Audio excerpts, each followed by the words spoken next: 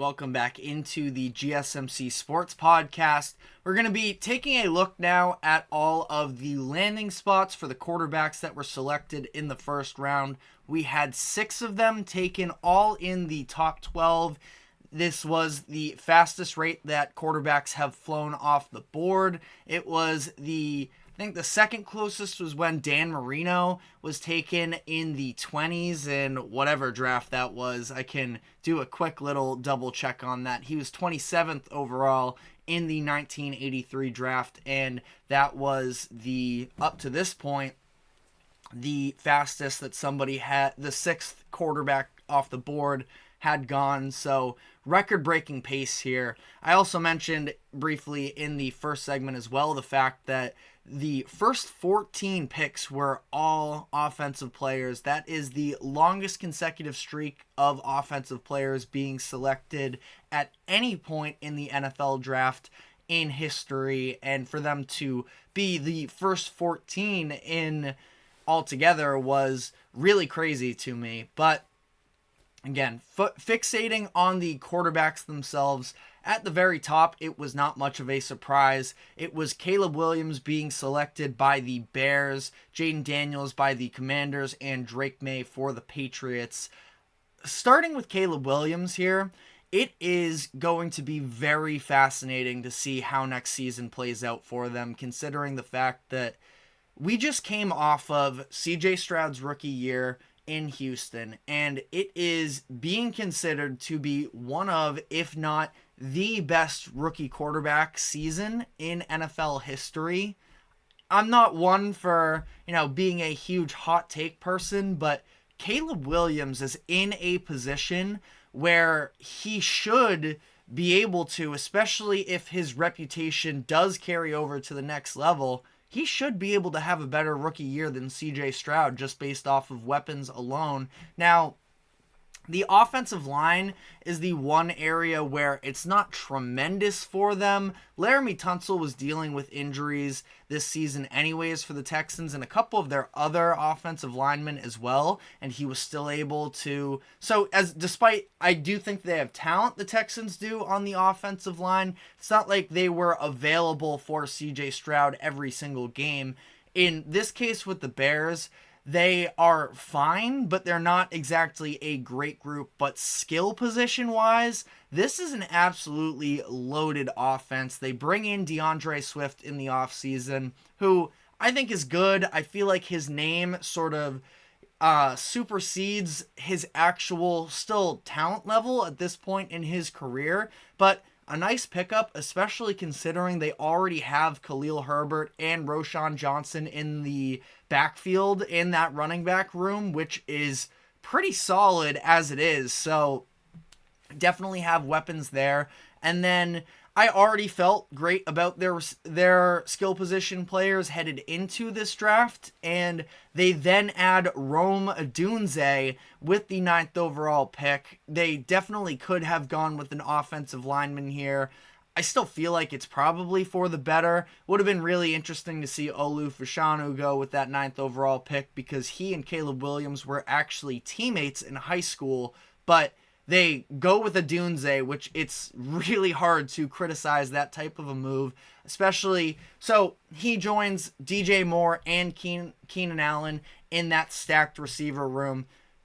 I mean, day one, is that the best wide receiver trio on paper? I feel like it's kind of hard to go anywhere else. Now, the 49ers would likely want to have a conversation in that. We're going to dive into their first round pick in the next segment, but they just took Ricky Pearsall out of Florida to join Brandon Ayuk and Deebo Samuel. So absolutely a lot of talent there, but really those two teams are the ones with the best top 3 receiver talent in the league, I think. Jaguars, again, I'm not trying to get too far ahead now, but the Jaguars, I also did really like the first round selection that they made.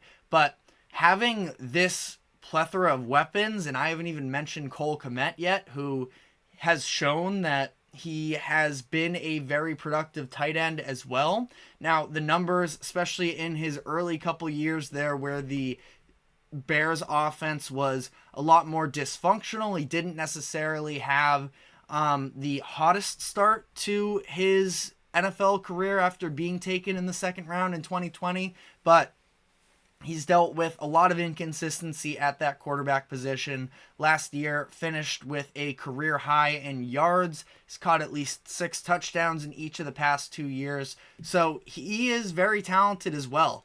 And all this to be said, Caleb Williams, we went in depth about it before. I think this is the best position in terms of the surrounding talent on an offense, the best position for a first overall pick quarterback in at least the start of the 2010s. And I bet if I dove deeper into it, this is one of the best starting positions of all time. So again, Caleb Williams, in terms of as long as he plays to the level that the majority of experts expect him to, I think he has a great shot to surpass CJ Stroud's rookie year from last season. And it's not a knock on Stroud. I think as things currently stand, I would probably at least lean in favor of Stroud having the best rookie quarterback season of all time. Now, there are obviously others who are in the conversation. The Luck and Newton years in the early 2010s can't be overlooked. And even if you want to go with the Robert Griffin III before he got injured, his rookie year as well, when he won the Rookie of the Year award. But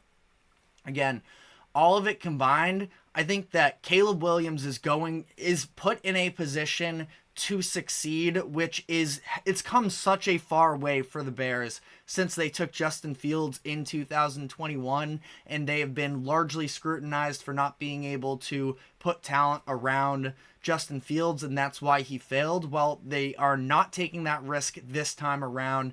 Caleb Williams has all of the weapons around him to succeed, and I think it's going to be really interesting. Briefly on the point I was going to make about taking Odunze over Fashanu, there is a little bit of the injury risk with Keenan Allen.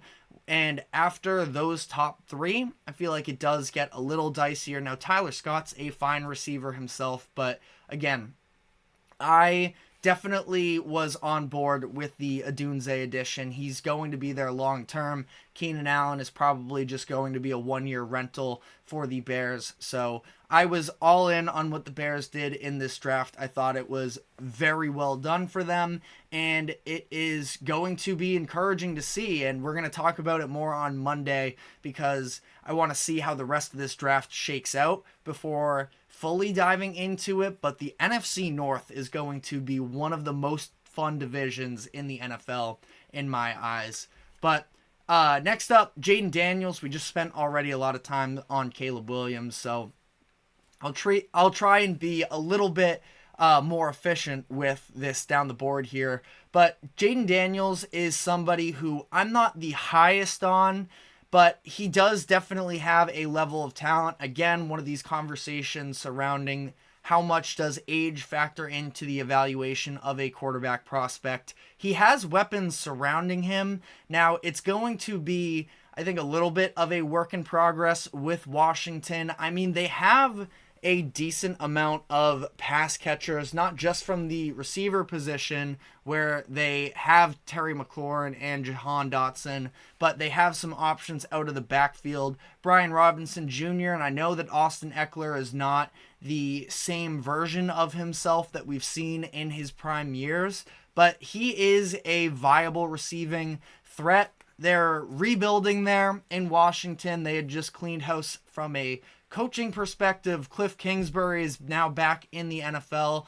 The first time around with him in Arizona as a head coach wasn't all too successful, but he also did coach Kyler Murray into a position where he at least got that mega contract extension at the end of his rookie deal. So going to be a solid landing spot here for Jaden Daniels. I think that he's going to be the week 1 starter. They offloaded both of their top 2 quarterbacks from last year in both Sam Howell and Jacoby Brissett.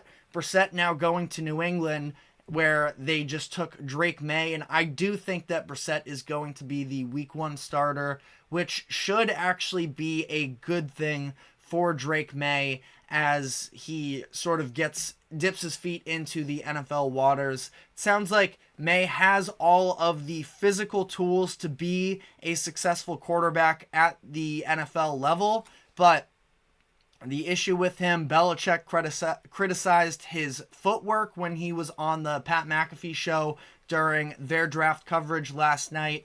I think that May is definitely a little bit raw, definitely a little bit clumsy in certain aspects of his game, but I think it's details that can be ironed out with good coaching in the NFL, and that's why I don't feel like rushing him into being the week 1 starter is necessarily the best thing for them here, and especially coming off of the Mac Jones experiment where he was a Pro Bowler his rookie year, and year after year you saw the decline with him where the Patriots weren't good enough at putting him in a position to succeed. I think there are a lot of similarities between the Mac Jones and Justin Fields situations, although I think that the Bears actually, as the years got on, progressed towards being a better offense around Justin Fields, and the Patriots got worse. So May, I do think that he can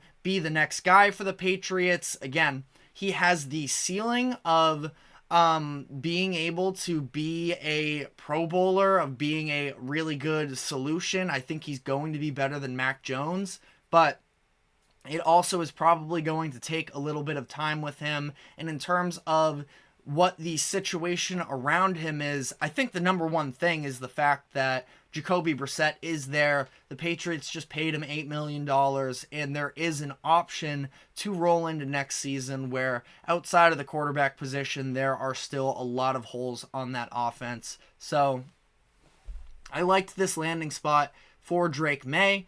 Could there have been other spots maybe with a little bit more talent that he would maybe succeed a little bit more and could have a chance in year 1? Definitely. But as for being drafted 3rd overall, I feel like, again, Patriots are going to have some work to do in terms of building up the rest of the roster, but I like that May can likely, we don't obviously have any confirmation as to how this is going to play out, but he can likely sort of work his way into the NFL, get coached up on the things he needs to do, and progress from there. We just spent, at length time with Michael Penix. In terms of weapons on the Falcons offense, I love it. They had spent the three previous years in the first round taking a skill position player in the top 10, Kyle Pitts, Drake London, and Bijan Robinson. So if he were to be thrown into the action, I feel like this could be a pretty decent landing spot. But obviously the fact that Kirk Cousins is already there does make this a very tough evaluation for him. Now, again, if you are trying to be optimistic about it, maybe because of the fact that he's going to spend at least the next 2 years likely on the bench, he can maybe learn under a player in Kirk Cousins if Cousins is willing to sort of help him develop. But Cousins is very well liked by his teammates up to this point in his career. If he can sort of help bring him into the ranks and end up sort of cleaning up some of the issues with him, specifically the injuries he's had in the past, not be thrown into the fire quite as much early on, and maybe we end up seeing a more mobile version of Penix when he's fully healthy. We know he has the tools, but we haven't necessarily seen him be able to properly navigate pressures and throw over the middle and things like that. And from an injury perspective, I wonder if him spending some time on the bench, despite how old he already is at 23 years old, maybe he comes out of it as a better product on the other side. But again, very questionable move here. Last couple here is J.J. McCarthy. The Vikings traded up one spot in order to take him with the 10th overall pick. This has been rumored for a good while that the Vikings were very interested in making the J.J. McCarthy move, and they do so. Didn't have to move up quite as much as people were even expecting them to have to. for a lot of time there. They get him at 10, and this is a spot for McCarthy where I feel like Kevin O'Connell is a really good offensive core. I mean, he's the head coach, but he's obviously the play caller as well. So I feel like O'Connell can definitely get the most out of McCarthy. They have a little bit of a mediocre offensive line. I mean, I like Darisaw. I think he's still there. I feel like I think he's still there. I'm gonna double check myself there. But I do like Christian Darisaw as a tackle for them. Yeah, he's still their left tackle. I think he's dealt with some injuries is maybe what I was thinking of. But outside of that, offensive line is a little bit suspect. Haven't been able to get much out of the run game over the past couple of years, even though they did just bring in Aaron Jones, so maybe that takes a step in the right direction. But they have a really nice receiver duo in Justin Jefferson and Jordan Addison. They just traded for TJ Hawkinson, their tight end, about a year and a half ago. So there are some good weapons for him around him. Again, offensive line is sort of what I worry about, but at the same time, there is also a possibility that he doesn't start week 1. We'll see how the Vikings choose to play this out. I feel like they're going to go into camp with an open competition. They just signed Sam Darnold for $10 million, which was a deal that a lot of people were definitely a little perplexed about. But for Darnold, I think that he could be a potential bridge guy, but not for a full season, like for the first few weeks if they don't feel like J.J. McCarthy is immediately ready.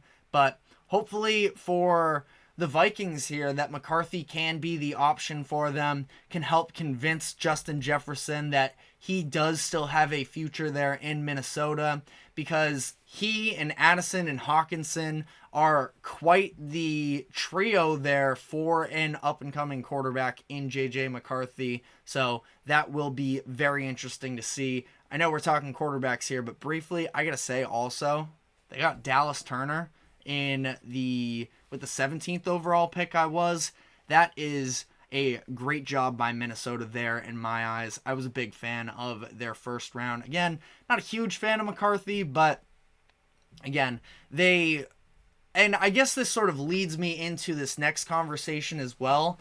I think that there's definitely a debate going on right now about, do you have to take the swing at a quarterback if you feel like you don't already have the option?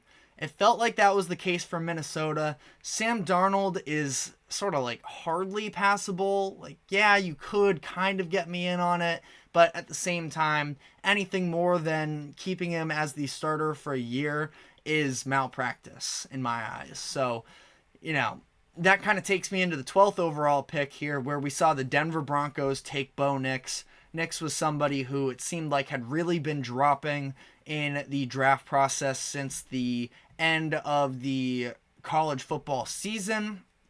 Seemed like he was going to be a second rounder, but there was this idea that if any team in the first round was going to take him, it was going to be the Denver Broncos. And I feel like the way that this draft played out, where 5 quarterbacks went in the top 10, that was the most quarterbacks that have ever gone in the top 10, that the Broncos felt like they were a little bit cornered and they had no choice but to take Bo Nix. And that is sort of an extension of this conversation with Minnesota, where I think the Bo Nix is a reach here. I do. And I would have liked them to go with a better player that I think has a higher chance of being successful, but it's a quarterbacks league, and for a lot of these quarterbacks anyways that are selected in the first round, it almost feels like a coin flip. Even if you are at the very top of the draft, they seem to like him. They were connected to him all through this draft process,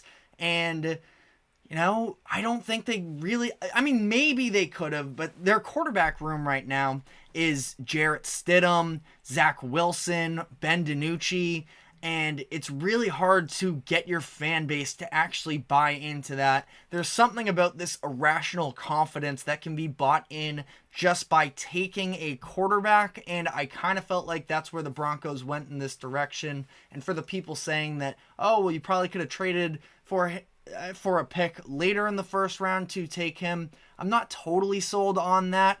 I kind of feel like the Raiders might have made a move for Bo Nix with the 13th overall pick if the Broncos did decide to go elsewhere with this 12th overall pick. But again, I can understand it. I don't love the move though, but definitely let me know in the comment section what you feel about this type of strategy, because I can understand it, but I also think that when you have a first round pick in the top half of the draft, when you are taking, I mean, Bo Nix, bust rate for him here is probably like at least 60%, probably closer to 70, and not to be overly critical, but it just doesn't really seem like he has what it takes. He had a great final year at Oregon, so I'm not trying to be overly critical of him or anything, but I don't know. I just don't necessarily see him as a franchise quarterback. He was being referred to by the likes of Todd McShay and other draft analysts as a solid backup quarterback, and that's who the Broncos decide to go with the 12th overall pick. But that is all we have time for on this segment. Already gone over 20 minutes, but we are going to now be taking our second break of the show, and when we come back, we are going to be looking at how the Super Bowl contenders played out their first round moves. So stick with us. We will get into all of that right after the break. We'll be right back.